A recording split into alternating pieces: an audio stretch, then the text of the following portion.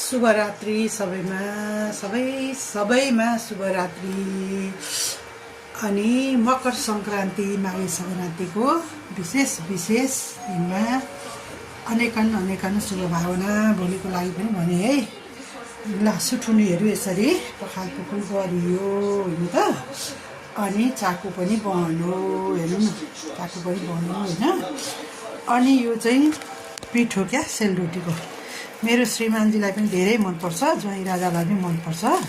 त्यसले गर्दा मैले चाहिँ सेलरोटी पनि जानी नजानी हालिदिन्छु। यस्तो राम्रो आगो त छुँदैन, त्यही पनि भन्छु। अब यो रह्यो तिलको लड्डु, सेतो तिलको बनाएँ मैले चाहिँ यसपालि लड्डु होइन। यसमा चाहिँ नरिवल राखेँ, अनि लङ सुक्नुको धुलो राखेँ, अलिकति देशी सोपलाई पनि भुटेर क्रस गरेर राख्थेँ। त्यतिको तयार गरेँ होइन। चाकु चाहिँ अलिक राम्रोसँग पाक्नुपर्छ है भनेर सबैजनाले भन्नुभएको थियो। मैले पनि पकाएको वास्तवमा भने यसपालि मेरो लड्डु चाहिँ राम्रै बनेको छ होइन। अब पुषको पाके माघमा खाके भन्नुहुन्छ नि त। अब यसरी म चाहिँ यसमा 3-4 आइटम राखिदिएको छु क्या, कुकर ठुलो छ नि त। अनि तरुल, सिमल तरुल, अनि रातो सखरखण्ड, सेतो सखरखण्ड गरेर मजासँगले। अनि फेरि चाहिँ यसलाई मैले घिउमा उसिन्छु कि, यसरी घिउ राखिदिन्छु र सिट्ठी लाएर होइन चढाएर छोडिदिन्छु।